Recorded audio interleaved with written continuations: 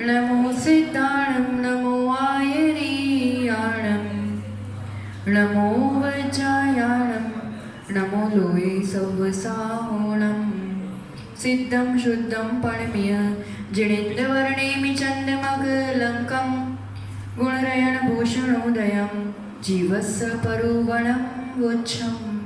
पंच परमेष्ठी भगवान की, तपस्वी सम्राट आचार्य सन्वती सागर जी महाराज की, चतुर्थ पटाधीश आचार्य रोगन सुनील सागर जी गुरुदेव की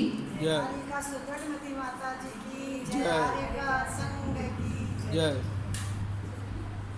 सभी बच्चे खेल रहे थे कि खेल खेल में अचानक से एक बच्चा रोता हुआ दौड़ता हुआ अपनी माँ के पास जाता है। तो माँ पूछती है, क्या हुआ बेटा, क्यों रोने लगा, तुम तो खेल रहे थे अच्छे से। तो कहता है वो नाम लेके कि अमुक बच्चे ने, अमुक दोस्त ने मेरी सारे लड्डू, मेरी सारी टॉफीज ले ली, छीन ली मुझसे। तो उसकी माँ पूछती उसमें क्या हुआ, अच्छा कौन था वो, बता कितना बड़ा था।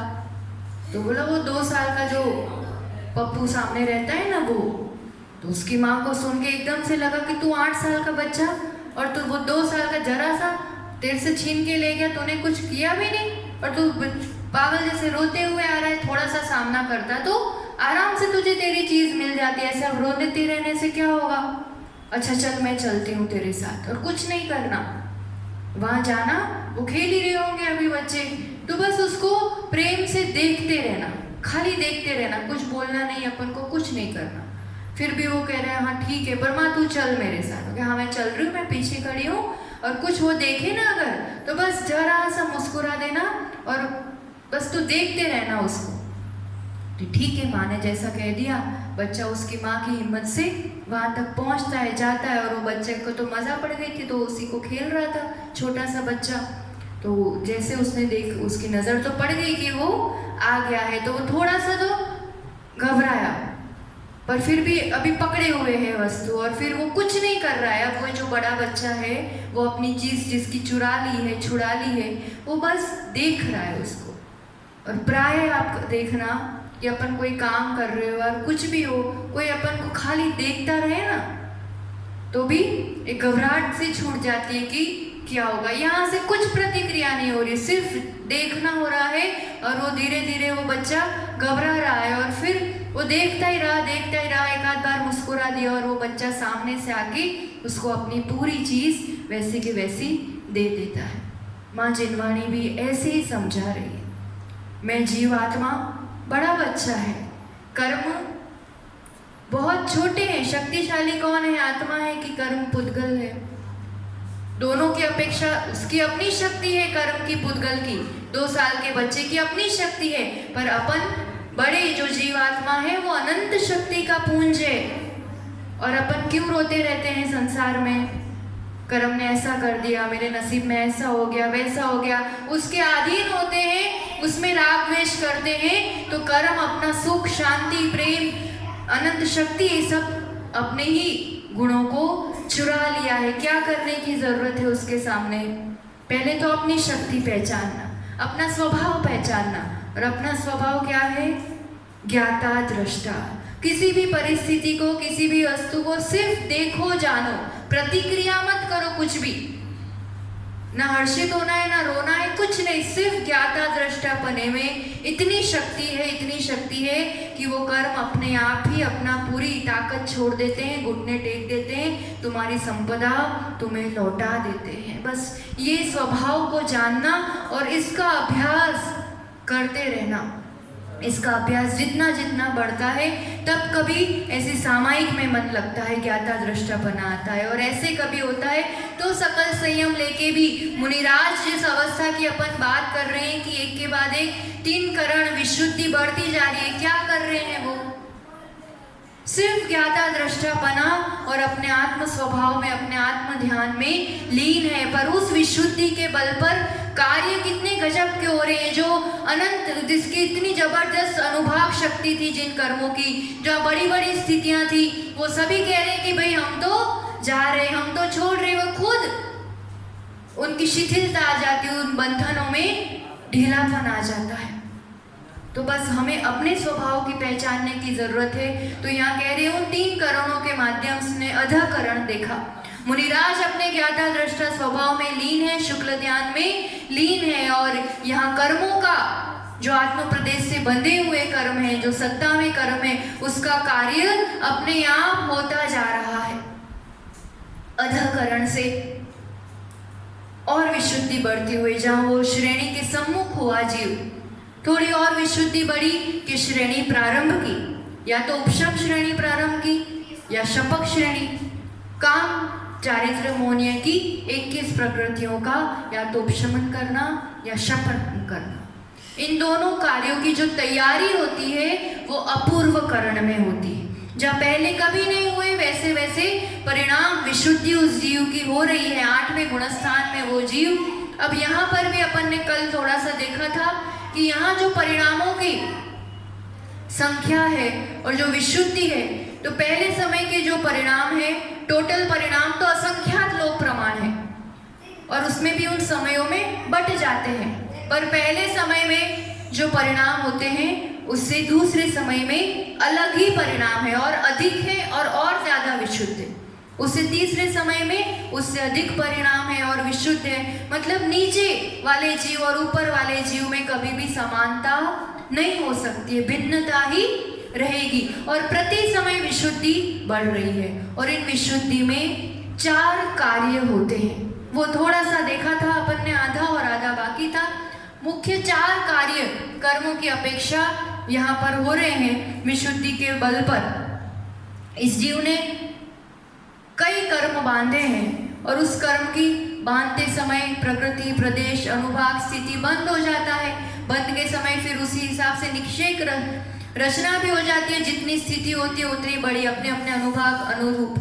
तो अब जो सत्ता में ये कर्म पड़े हैं, अब काम क्या करना है, तैयारी किस बात की करना है कि ये जो कर्म है उनकी सत्ता फिनिश करना है ना। तो थोड़ा सा संसार बाकी है, थोड़े काल का, फिर तो केवल ज्ञान हो जाना है। तो अब इतने ही टाइम में एक एक समय में क्या काम होता है, तो इस मूल लक्ष्य जो पहले जो अधःकरण में काम क्या हुआ था, उसमें बंध पे काम किया था, स्थिति बंधापसरण, यानी जो बंध रहा है वो घट घट के स्थिति बनती है, हर समय में घट के अनुभाग भी अप्रशस्त प्रकृतियों का कम कम बंध रहा था।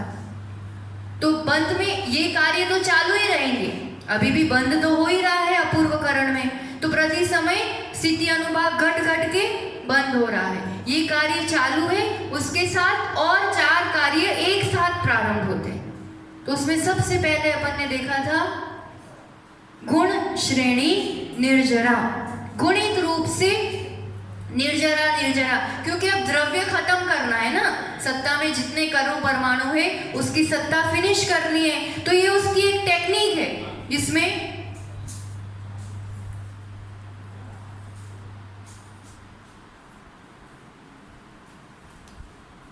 ये नॉर्मल निषेक रचना सत्ता में कोई पड़ी है। अब इसका मान लो उदय हो रहा है, तो उदयावली भी है, एक एक परमाणु उदय में आ रहे हैं, ठीक है, और सत्ता तो लंबी चौड़ी है। तो अब इसमें क्या करते हैं, अपकर्षण होता है, किसका, ऊपर की स्थितियों के द्रव्य का, और अब उठा के अपकर्षण यानी स्थिति को घटाना, उसको द्रव्य को नीचे की स्थितियों में डालना। पर डालने का क्रम कुछ इस रूप से है कि जैसे उदयावली के ऊपर अंतर्मुहूर्त समय के लिए, जैसे यहाँ कुछ द्रव्य होगा इस निषेक में, तो ऊपर से द्रव्य इसमें डाला जाएगा, इसमें डाला जाएगा, क्रम से एक एक निषेक में डाला जाएगा। पर किस रूप से डाला जाता है, गुणित रूप से। जैसे यहाँ 100 परमाणु डालेंगे तो यहाँ 400 डालेंगे, यहाँ 1600 डालेंगे, और गुणित रूप से बहुत ज़्यादा द्रव्य उठा के गुणित रूप से, मतलब ये उदयावली फिनिश हुई मान लो, तो अब ये उदय में आएगा, तो पहले कदाचित 100 द्रव्य उदय में आते खिर जाते, अब कितने आएंगे, एक साथ 400, फिर एक साथ 800, एक साथ 1600। तो ये द्रव्य इस रूप से नीचे ला के इसमें डाल के, तो गुणित रूप से द्रव्य डाला जाता है, ऐसी पूरी श्रेणी तैयार की जाती है। और निर्जरा हो रही है, कर्मात्म प्रदेश से खत्म हो रहे हैं, इसलिए इसको गुण श्रेणी निर्जरा, ये एक तरीका जिससे सत्ता में पड़ा हुआ द्रव्य फटाफट गुणित रूप से ज्यादा द्रव्य उदय में ला के खत्म किया जाता है। उद्यावली में भी कुछ द्रव्य दिया जाता है, यहाँ भी दिया जाता है, पर यहाँ पर बहुत ज्यादा दिया जाता है, इसलिए ऐसी रचना बनती है। ये अपन ने कम क्यों करते हैं? क्योंकि द्रव्य घटता जा रहा है, पर यहाँ द्रव्य इस रूप से दिया जाता है कि द्रव्य बढ़ता जाता है। तो इसलिए गुण श्रेणी निर्जरा उद्यावली, उसके बाद अंतर्मूढ़ समय में बहुत सारा द्रव्य उदय में आके खिड़ जाएगा। तो हर समय ये काम हो रहा है, एक समय में बहुत सारा द्रव्य उठाया, यहाँ गुणित रूप से डाला, दूसरे समय में जो अपूर्वकरण का अंतर्मूढ़ का समय चल रहा है ना, उसमें हर समय ये काम हो रहा है कि द्रव्य उठा के गुणित रूप से दिया जा रहा है, ताकि अब जैसे एक आवली समय के बाद उसका समय आएगा तो वो उदय में आके बहुत सारा द्रव्य इस रूप से निर्जरा हो जाएगी। अपन सुनते भी हैं कि तपस्या करते हैं तो असंख्यात गुणी निर्जरा होती है, तो ये इस रूप से होती है। ये काम विशुद्धि के बल पर अपने आप होता है कि द्रव्य जो बाद में उदय में आने वाला था वो समय के पहले इस रूप से उदय में आके खिड़ जाता है, द्रव्य निर्जरा हो जाती है। तो ये एक कार्य हुआ। दूसरा कार्य देखा था गुण संक्रमण। अब गुण संक्रमण ये भी एक अवस्था है कर्म की, संक्रमण होना, चेंज होना। किसका चेंज हो रहा है? तो जैसे अब अप्रत्याख्यान, प्रत्याख्यान, अब क्या करना है? इन सब 21 प्रकृतियों को तो खत्म करना है ना, ये सत्ता में पड़ी हुई है, अभी इसका उदय भी नहीं है, तो इसको खत्म कैसे करेंगे? तो अभी संज्वलन और नौकषाय का मंदोदय, अति मंदोदय है, तो मान लो इसको गुणित रूप से इसमें संक्रमित कर दो। एक बाजू संक्रमित भी कर दिया, इस रूप से गुण श्रेणी निर्जरा भी कर दी, तो इसमें द्रव्य ट्रांसफर भी हो रहा है उद्यावली में, और ऊपर ला के द्रव्य खत्म भी किया जा रहा है। समेटना है, सब दुकान माल समेटना है, तो ये सब टेक्निक्स है और श्रद्धा बनाने वाली बात है। ये कोई पता नहीं चलता है जो मुनिराज बैठे उनको कि वो अंदर मेरा ऐसा काम हो रहा है, पर केवली भगवान ने जाना है, देखा है और बता रहे हैं। तो कर्म का बंद होता है, संसार वर्धन भी होता है, तो इसी परिणामों के बल पर। और यही परिणाम है जो अब इस रूप से कर्मों में ऐसा काम भी होता है, इसलिए जिस रूप से कर्म बांधा है उसी रूप से भोगतना पड़े, उतने ही समय संसार में रहना पड़े, ऐसा कोई जरूरी नहीं है। जिस दिन मैं तय कर लूं और अपना मार्ग बना लूं तो कर्म भी अपना साथ छोड़ देते हैं कि मैं तो जा रहा हूं, अब मुझे भी नहीं रहना है साथ में, वो जल्दी जाने को तैयार है। अब तो जिनका उदय नहीं है, ऐसे कर्म प्रकृतियां उदय रूप में संक्रमित होंगी। और गुण संक्रमण क्यों कह रहे हैं? क्योंकि गुणित रूप से, जैसे अभी 100 परमाणु बदल गए तो दूसरे समय में 500 परमाणु एक साथ संक्रमित होंगे, तीसरे समय में 5000 परमाणु एक साथ संक्रमित होंगे। गुणित रूप से, क्योंकि एक समय की कीमत समझो या एक समय की महिमा समझो। यहाँ पर विशुद्धि बढ़ रही है एक समय में, तो एक समय में गुणित रूप से निर्जरा हो रही है, गुणित रूप से संक्रमित हो रहा है द्रव्य, इस रूप से ट्रांसफर हो के सत्ता फिनिश होती जाएगी। तो गुण संक्रमण चल रहा है। फिर उसके साथ और क्या कार्य होता है? तो स्थिति कांडक घात। पहला अपन ने देखा गुण श्रेणी निर्जरा, सत्ता का द्रव्य गुणित रूप से अंतर्मूढ़ समय के लिए निर्जरा होता जाता है। दूसरा गुण संक्रमण, और तीसरा ये सभी जो क्रियाएं हैं ना, अभी हम बहुत शॉर्ट में समझा रहे हैं, ताकि जब लब्धिसार ग्रंथ पढ़ते हैं अपन, ये सिद्धांत चक्रवर्ती नेमिचंद्र आचार्य भगवंत का है, लब्धिसार क्षपणासार, तो इसमें फिर पूरी डिटेल गाथाओं के साथ एक, क्योंकि उसमें यही 5 लब्धियों का, फिर 3 करण का, ये सब जो पूरी 6 उपशमन क्षपण, इसमें पूरा वर्णन आता है, तो उसमें डिटेल में आता है। ये जीव कांड में ये वर्णन नहीं मिलेगा, पर कार्य क्या होता है ये समझ में तो आए तो श्रद्धा बैठेगी और पता चलेगा कि हाँ इस रूप से क्षपणा या उपशमन होता है।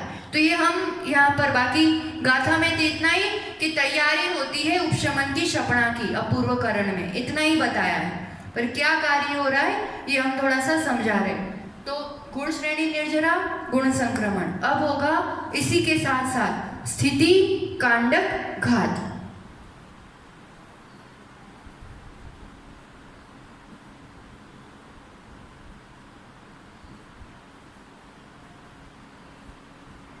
विश्वास तो बैठना चाहिए कि हाँ, कर्म इस रूप से खत्म भी होते हैं। तो स्थिति यानी जितने काल के लिए अपन ने कर्म बांधा है वो, कांडक यानी ग्रुप, समूह समूह में स्थिति का घात हो रहा है। घात यानी खत्म करना, उसको फिनिश करना। तो समूह रूप से स्थिति का घात होता है। जैसे कोई कर्म बांधा है अपन ने, उसकी निषेक रचना जैसे 48 समय की हुई है, ठीक है ना। ऐसे इतने कम समय की होती नहीं है, सब सागरों पर्यंत और करोड़ों वर्षों की होती है। पर ये समझने के लिए कि कार्य क्या होता है, कोई करोड़ों वर्षों की स्थिति है। तो अब क्या करते हैं उसमें, स्थिति, कांडक, घात जो इस समय से शुरू होता है, तो क्या करते हैं, जो सबसे उत्कृष्ट स्थिति है, सबसे ऊपर की स्थिति है, उसको थोड़ी स्थिति को सिलेक्ट करते हैं। जैसे यहाँ 40 से 48 का एक ग्रुप बनाया, कांडक, एक कांडक बनाया। जैसे पूरा गन्ना होता है तो उसमें कैसे छोटे छोटे उसमें भाग हो जाता है, ऐसे। तो स्थिति पूरी है, उसको एक कांडक बनाया, एक ग्रुप बनाया। जैसे यहाँ 40 से 48 का। अभी क्या करना है, इस ग्रुप को खत्म करना है, ऊपर वाले को। तो इसको एक साथ खत्म नहीं होता है, एक एक समय में थोड़ा थोड़ा होता है। तो वो थोड़ा थोड़ा यानी पूरा द्रव्य है, बहुत सारा अनंत परमाणु होते हैं, तो उनको ग्रुप में मतलब पार्ट पार्ट में डिवाइड करते हैं। तो इसको फाली कहते हैं। जैसे एक बड़ा सा एप्पल है, तो आप एक एक फाक, फाली मतलब फाक, तो उसको कैसे खाओगे, एक साथ तो पूरा नहीं खाओगे, फाक में करोगे ना, एक एक जो टुकड़ा करते हैं ऐसे। तो एक साथ पूरा द्रव्य खत्म नहीं होता है, फाली में डिवाइड करते हैं थोड़ा थोड़ा, है ना। जैसे 4 फाली में इसको द्रव्य को डिवाइड कर दिया, ठीक है। तो पहले समय में क्या हो रहा है, इतना द्रव्य उठाया और कहाँ देगा अब वो, नीचे के निश्चयकों में। इसलिए ये बात समझना, ऐसा भी नहीं है कि कर्म बांधे हैं तो भुगतने ही नहीं पड़ेंगे, भुगतने तो पड़ेंगे, पर उसी रूप से हो तो भी हो, उसमें फिर अंतर पड़ता है। कर्म बिना फल दिए तो कभी आत्मा प्रदेशों से छूटते नहीं हैं, पर अपन जल्दी जल्दी फल ला रहे हैं, कम फल ला रहे हैं, ये सब अपने हाथ में, अपने परिणामों के हाथ में होता है। तो परमाणु बिना उदय में आए तो जाएंगे कैसे, तब उदय में आने वाला समय ये है ना, नीचे वाले, इसलिए नीचे वाली स्थितियों में इसको देते जाते हैं। तो एक फाली उठाएंगे, और ये भी एक नियम होता है कि एकदम जस्ट नीचे नहीं देते हैं कभी भी द्रव्य। जैसे ये 40 के नीचे या 35 में, 30 में, 39 में, वहां नहीं देंगे द्रव्य, उसको अति स्थापना कहते हैं। अति स्थापना मतलब वहां स्थापना नहीं हो सकती, क्योंकि तुरंत नीचे देने का लाभ क्या, लाभ तो तब होगा ना, ये कार्य की सिद्धि कब होगी, जब एकदम नीचे के समयों में देंगे तो वो जल्दी जल्दी उदय में आके खत्म हो जाएगा। इसलिए एकदम तुरंत नीचे नहीं देते। कहाँ देंगे द्रव्य, यहाँ सब, दूसरे, तीसरे, 10वें, 20वें, ऐसे। तो एक फाली उठाई, द्रव्य लिया एक समय में, दूसरे समय में दूसरी फाली उठाई, नीचे द्रव्य आकर्षित करके दे दिया नीचे की स्थितियों में, तीसरे में, चौथे में। अब चौथे समय में क्या हो जाएगा, जैसे ही चौथा समय हुआ, ये पूरे द्रव्य उठा, नीचे गया, मतलब इतनी स्थिति फिनिश। अब पहले जहाँ करोड़ों वर्षों थी वो 1000 वर्ष में हो गई, कम हो गई, अब थी नहीं स्थिति, उस बराबर हो गई ना, द्रव्य उठा उठा के नीचे हो गया। तो ये क्या हो गया, स्थिति, कांडक, घात। एक एक ग्रुप ऊपर ऊपर की स्थितियों का कुछ समयों में घात घात होता जाता है। तो 2-4 समय इसको लगे, फिर आगे और 4 समय में ये ग्रुप खत्म कर देंगे, उसके और समय में ये ग्रुप, ऐसे करते करते स्थिति कहाँ ला रहे हैं, एकदम कम करते जा रहे हैं, न के बराबर, बिल्कुल वर्षों में और अंतर्मूर समय तक ले आएंगे उसको। इतना कम हो जाता है इतने अपूर्वकरण के काल में। बहुत बड़ा कार्य हो रहा है ये स्थिति, कांडक, घात। समझ में आया? सत्ता में जो स्थिति पड़ी हुई है उसको एक एक समय में कांडक में, ग्रुप में उठा उठा के नीचे की स्थितियों से देने के ऊपर ऊपर की स्थिति खत्म की जाती है, घात किया जाता है, ऐसा। हाँ, किसमें? निर्जरा में। पहले आपने गुण श्रेणी निर्जरा बताया। हाँ, उसमें क्या, जिससे को खत्म करते हैं, उसमें क्या इसमें और इसमें क्या अंतर है ऐसा? नहीं, गुण श्रेणी आप सबका अलग अलग होता है ना। हाँ। मतलब समय का ग्राफ, मतलब समय हाँ हाँ, इसमें स्थिति घट रही है। गुण श्रेणी निर्जरा में, निश्चय कम। हाँ उदय में आ जाएंगे ना, उद्यावली के जस्ट ऊपर किया जाता है उसको। तो उद्यावली तो एक आवली में द्रव्य उदय में आ जाएगा, फिर जस्ट ऊपर इसकी रचना होती है ये, इसलिए एक आवली समय के बाद वो एक एक करके उदय में आ जाएंगे सब अंतर्मुहूर्त समय में। गुण कसाय का, हाँ, संक्रमित हो रही, चेंज हो रही ना प्रकृति पूरी। कसाय का। हाँ, मतलब ये काम मुख्य रूप से उसी पर होगा ना जिसको अभी खत्म करना है अपन को। हाँ, लक्ष्य तो मोहनीय कर्म का ही है ना, अभी उसको खत्म करना है, तो प्राय काम उसी में होगा। और सभी अप्रशस्त प्रकृतियों में भी चलता रहता है, जैसे ज्ञान आवरण, दर्शन आवरण, क्योंकि अब थोड़े समय में उसको भी तो खत्म करना है, पर मूल लक्ष्य है मोहनीय का, उसको तो पूरी रूप से खत्म करना ही करना है। तो ये स्थिति कांडक घात भी होता है, क्योंकि प्रकृति और प्रदेशों से, प्रकृति तो जो है वो है ही सभी की सेम है, प्रदेशों का बहुत ज्यादा फर्क नहीं पड़ता है। एक साथ 100 परमाणु उदय में आ रहे तो वो ज्यादा प्रभाव नहीं डाल रहे, उसका प्रभाव जो पड़ता है वो अनुभाग से पड़ता है ना। इसलिए प्रदेश ज्यादा आकर के उदय में भी आ जाएंगे तो कोई मुनिराज विचलित नहीं होते हैं। जो फर्क पड़ता है स्थिति अनुभाग का पड़ता है। इसलिए जो कार्य हो रहा है यहाँ पर, एक तो स्थिति घटाना तो ही संसार कम होगा, है ना, और फिर उदय में भी आ जाएंगे जल्दी जल्दी, क्योंकि नीचे नीचे ले आ रहे हैं उसको, तो नीचे नीचे ले आ रहे हैं, उदय में आएंगे। पर कैसे उदय में आएंगे? बहुत कम अनुभाग शक्ति के साथ उदय में आएंगे। इसलिए चौथा कार्य होता है अनुभाग कांडक घात।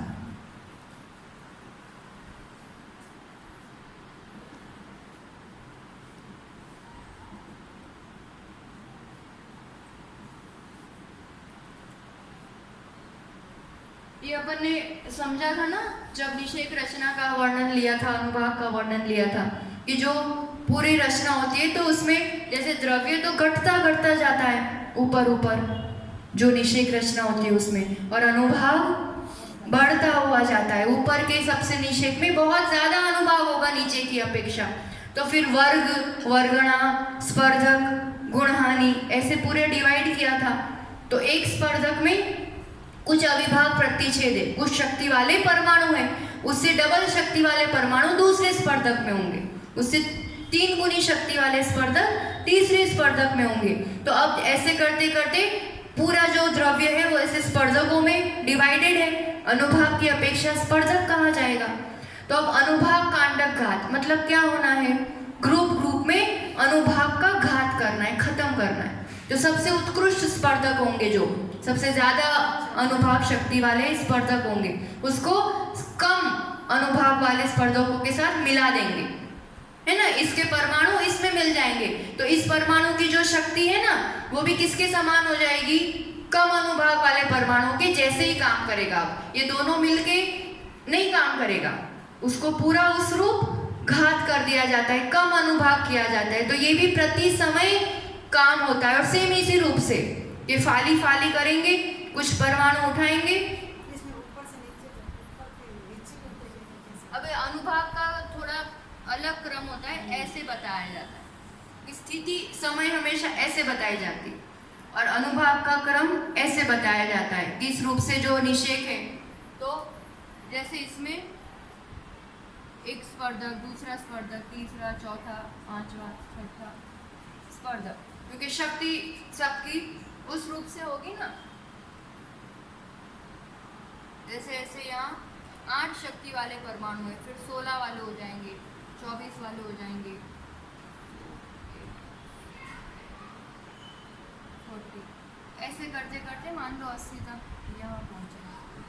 ठीक है ना, ये शक्ति है, परमाणु के नंबर नहीं है ये।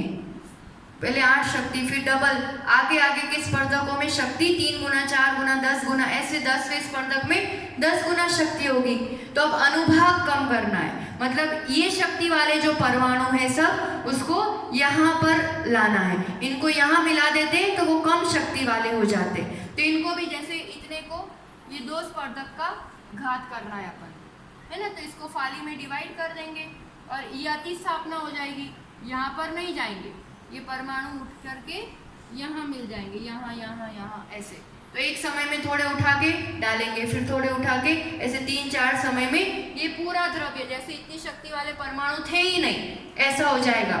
ग्रुप में काम होता है उत्कृष्ट स्पर्धकों को जगन्य में ला करके अनुभाग, अब ये खत्म होगा, फिर ये खत्म होगा, फिर ये, बिल्कुल लता से भी एकदम सबसे कम अनुभाग तक पहुंच जाएंगे। यहाँ पर अब उत्कृष्ट उत्कृष्ट स्पर्धक सभी खत्म कर दिए जाएंगे। तो एक तो ट्रांसफर भी हो रहा है, स्थिति भी घट रही है, उसके साथ अनुभाग भी घट रहा है, मतलब ना के बराबर उसको उसका कर्म का कुछ प्रभाव रखना ही नहीं है, क्योंकि अब तो अनिवृत्तिकरण पे पहुंचना है, सूक्ष्म सांप्राय पे। वहां तो अनिवृत्तिकरण मतलब अब लगभग फिनिश काम, ये पूरा काम जितना भी है ना सब किस में कर लिया जाता है?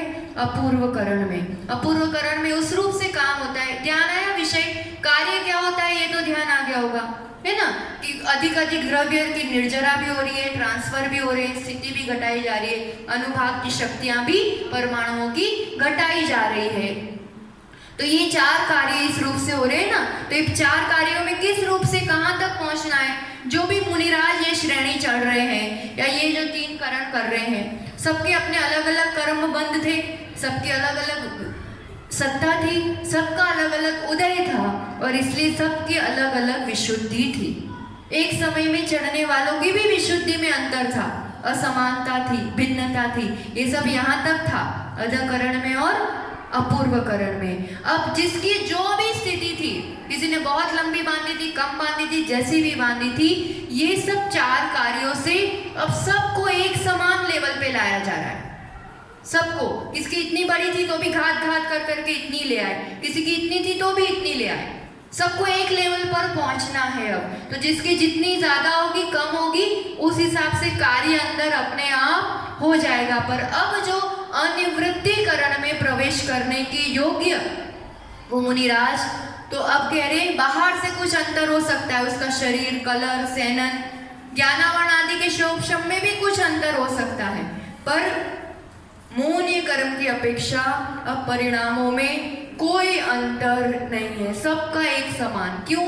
क्योंकि मोहनीय कर्म की अवस्था सबकी एक सी कर दी। अब अंदर में कर्म की अवस्था एक सी होगी तो विशुद्धि भी एक सी हो जाएगी, इसलिए इसका नाम देते हैं अनिवृत्तिकरण। निवृत्ति यानी भेद, अनिवृत्ति यानी अब कोई भी भेद नहीं है।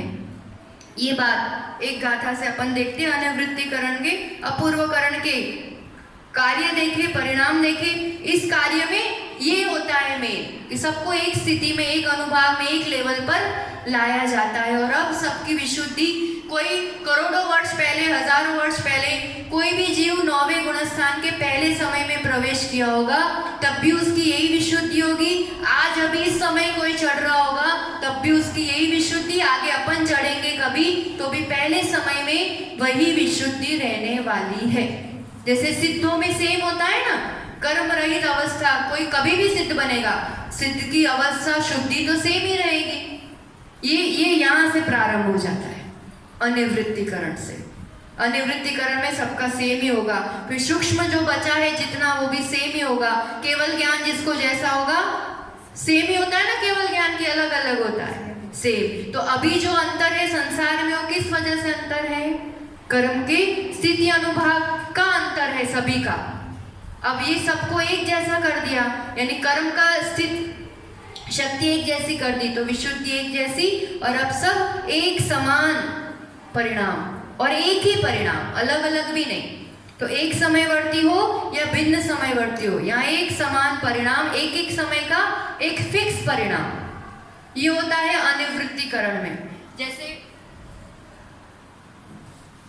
अधकरण का अपन ने समय देखा, अंतर्मूढ़ था, अपन ने 16 समय माना था, फिर 16 समय में पूरा डिवाइड किया था ना अपन ने पूरा, उसमें अनुकृष्टि रचना भी हुई थी, क्योंकि ऊपर समय और नीचे समय में परिणाम कॉमन हो जाते थे। फिर अपूर्वकरण में उसका भी अंतर्मूढ़ समय है और उसके भी असंख्यात लोक प्रमाण परिणाम है, पर अधकरण की अपेक्षा छोटा अंतर्मूढ़। तो यहाँ अपन ने 8 समय लिया था, कल देखा था उसको, 8 समय में उन परिणामों को, तो एक एक परिणाम में उसमें भी बहुत सारे परिणाम हो रहे थे एक एक समय में भी। एक से दूसरे समय में कॉमन नहीं है परिणाम, अलग अलग ही है, पर एक समय में एक ही परिणाम तो नहीं है। 400 परिणाम थे, फिर दूसरे में 458 थे, एक समय वाले के समान समान और इन दोनों हो सकते हैं। ये अपूर्वकरण वाली स्थिति। दूसरे वाले के अब अनिवृत्तिकरण में कैसा हो जाएगा? अब इसका भी अंतर्मूर्त काल है, पर अपूर्वकरण से और छोटा अंतर्मूर्त। जैसे मान लो 4 समय है उसके, तो 1 2 3 4। अब पहले समय में कोई जीव है तो इसमें एक ही परिणाम है, फिक्स। इसमें अब रेंज नहीं है कि किसी का 10 होगा, किसी का 20, किसी का 30, ऐसा नहीं। कोई 9वें गुणस्थान या अनिवृत्तिकरण के पहले समय वाला जीव है तो उसका फिक्स है, यही परिणाम होगा। एक कुछ भी ले लो, मान लो 100 या कुछ भी, तो फिक्स यही परिणाम।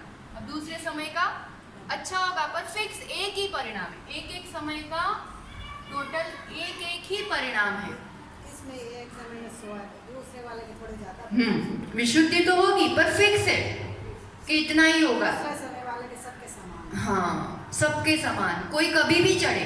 दूसरे समय वाले के एक समान ही परिणाम होंगे, और क्या होंगे वो फिक्स है।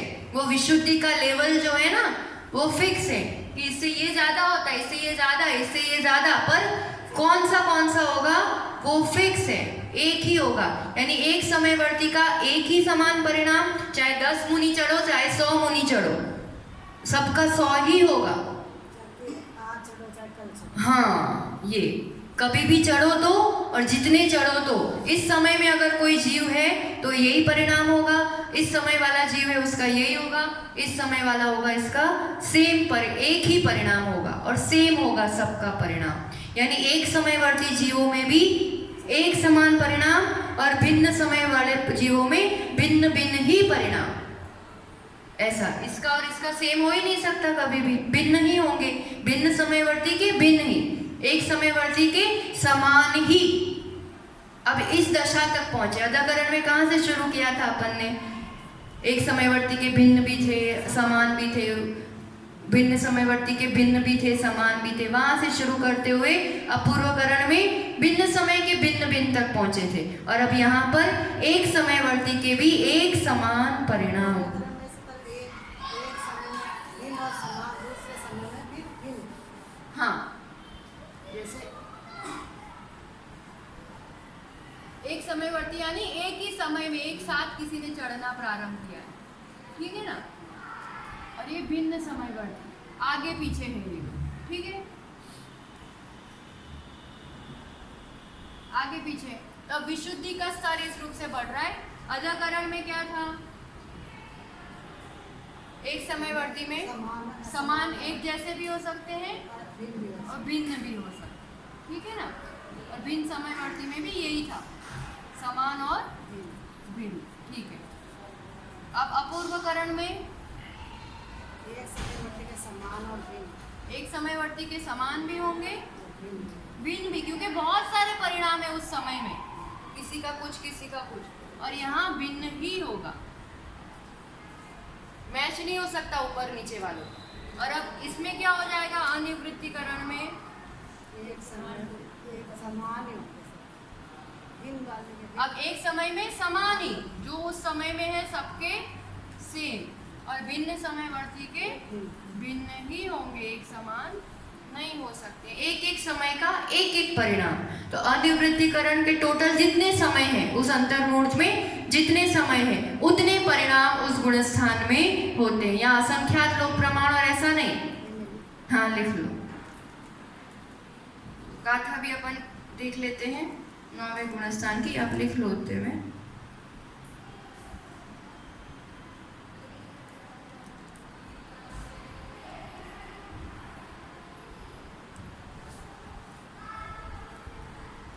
यहाँ पर अपूर्वकरण में जो उद्यत होता है वहां तक 54 नंबर की गाथा तक कल देखा था। अब यहाँ पर उसी के लिए 8वें गुणस्थान में और कहा था कि मोहनीय कर्म का क्षपण का कार्य होता है। और अनिवृत्तिकरण का एक गाथा देख लेते हैं 56 और 57। एकम ही काल समय संठाना दीहिम जहाँ निवठन्ति न निवठन्ति तो हाविय परिणामे हिम्मी हो जे हिम होंती अणियठिणो ते पड़ी समयम जैसे जैसी मेक परिणामा विमलयर जान हो है वै सिंहा हिम निटठ कम वणा। क्या कह रहे हैं यहाँ पर? अंतर्मूर्त काल है ना अनिवृत्तिकरण का, तो एक एक समय, एक ही काल समय, एक एक काल का, एक एक समय का एक एक ही परिणाम यहाँ पर होता है। और जिस प्रकार बाहर से तो फर्क है, शरीर की अवगाहना अलग होगी, ज्ञानावरण आदि कर्म का शोषण अलग होगा, पर परिणाम सबके एक जैसे होते। बाहर के कारण या निमित्त अलग अलग है, पर अंतरंग विशुद्धि और परिणाम सबकी एक जैसी है। इसलिए इसका नाम क्या दिया है?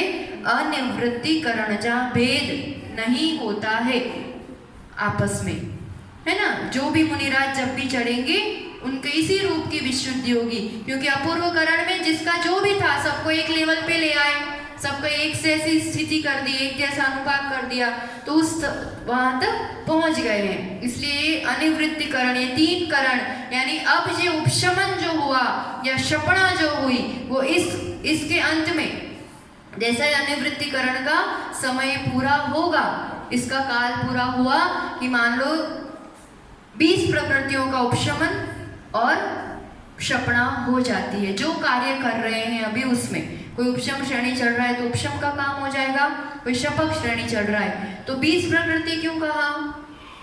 क्योंकि एक लोभ कषाय का थोड़ा सा अंश बाकी रहता है, उसी वजह से 10वां गुणस्थान रहता है। तो एक इतनी लोभ कषाय छोड़ करके बाकी 20 प्रकृतियों की क्षपणा या उपशमन, ये अनिवृत्तिकरण के ये कार्य है उसका। इस गुणस्थान में विशुद्धि बढ़ती जा रही है।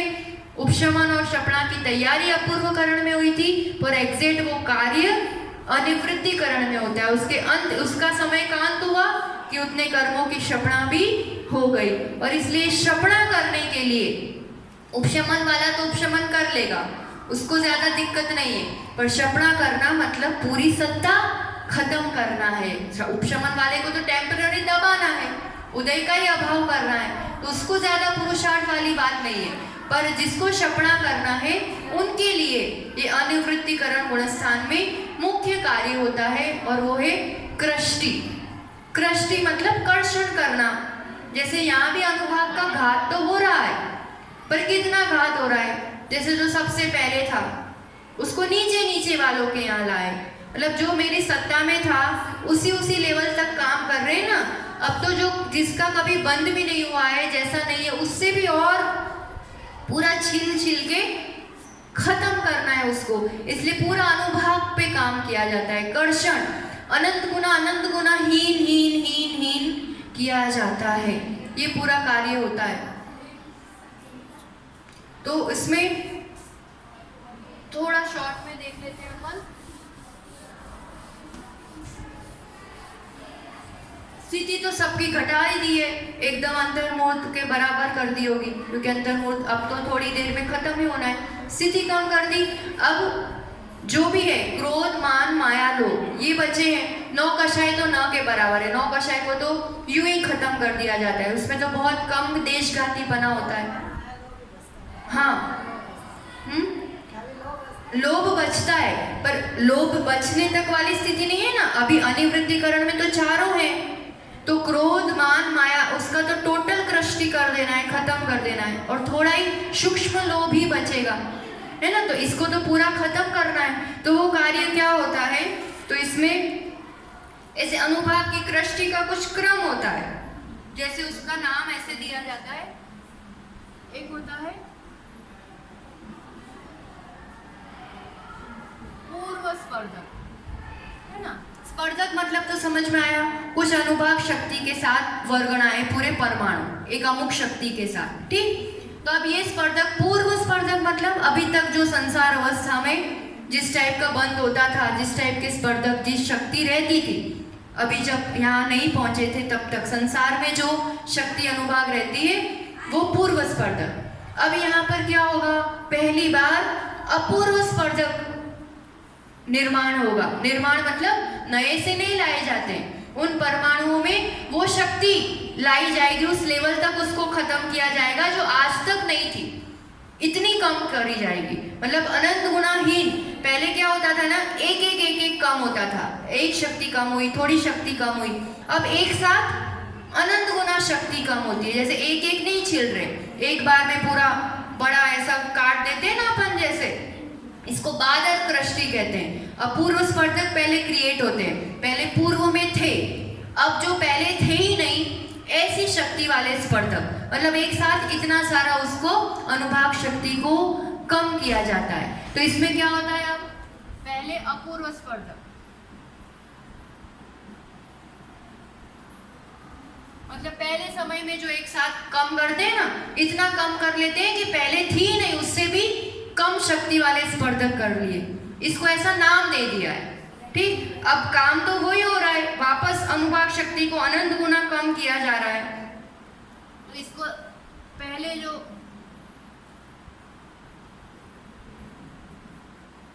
ये उत्कृष्ट, फिर और कम किया उसको तो जगन्य, अपूर्व स्पर्धक मिले, उसमें भी और कम किया, सबसे जगन्य, फिर उसमें और कम करते हैं तो उसका नाम दिया है फिर बादर कृष्टि। कर्षण का काम, अनिवृत्तिकरण गुणस्थान में या उस करण में ये काम होता है मुख्य। कृष्टि, कृष्टि यानी कर्षण करना, खत्म करना, तो बादर कृष्टि होता है। मोटा मोटा ले लेके उसको बादर यानी स्थूल जो बड़ा बड़ा होता है उसको ले लेके खत्म किया जाता है। तो यहाँ जो अनुभाग है ना, अनंत गुणाहीन कर दिया। ये सभी कार्य कहाँ हो रहा है, क्रोध मान माया लोभ में, ये जो सब बची है उस पे ये काम हो रहा है। तो इन सभी का ये काम हो रहा है, और जो शपक श्रेणी चढ़ रहा है ना, उसी के लिए ये काम होता है। उपशम श्रेणी वालों का अभी कोई ये काम नहीं हो रहा है, शपक श्रेणी वालों के लिए ये कृष्टि का काम होता है। तो अनुभाग यहाँ जगन्य होगी, नहीं उत्कृष्ट, फिर और काम होगा उसी में, तो जगन्य बादर कृष्टि। अब बादर जो मूल उसका अनुभाग है खत्म कर दिया जाएगा और उसको सूक्ष्म तक ले आते हैं। तो अंतिम समय में जो बचेगा वो सूक्ष्म लोभ, क्रोध मान माया लोभ को भी सबको उसमें लोभ में कन्वर्ट भी कर देते हैं। बादर कृष्टि भी हो गई, उसका पूरा खेल खत्म। बादर कृष्टि के बाद सूक्ष्म कृष्टि करते हुए बहुत अल्प न के बराबर जो लोभ की शक्ति बचती है, सूक्ष्म लोभ, तो अनिवृत्तिकरण के अंत समय तक ये काम कर लेते हैं।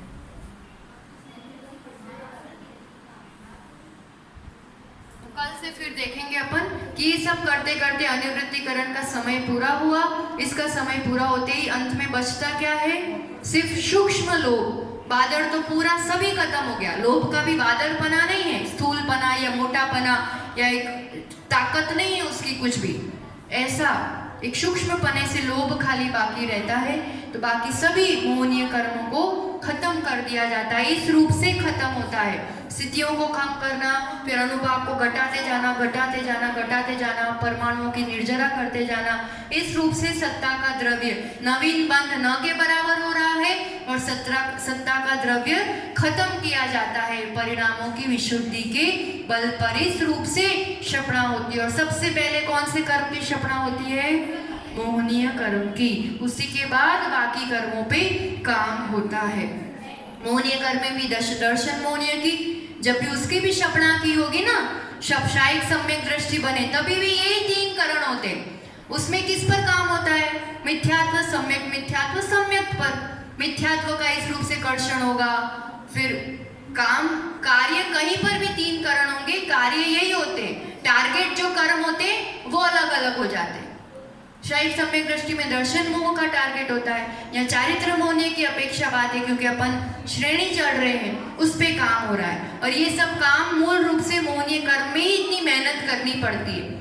ये हो जाता है एक बार, फिर बाकी कर्मों का काम तो छोटे अंतर मूर्त में फटाक से क्षपणा हो जाती है, फिर कोई देर लगती नहीं है। तो मूल इसी के लिए इतने स्टेप्स जो बने हैं, इतने गुणस्थान बने हैं, ये सब मोह के कारण उसकी अवस्था के ऊपर ही बने हैं। तो अनिवृत्तिकरण तक लगभग अपन ने देखा।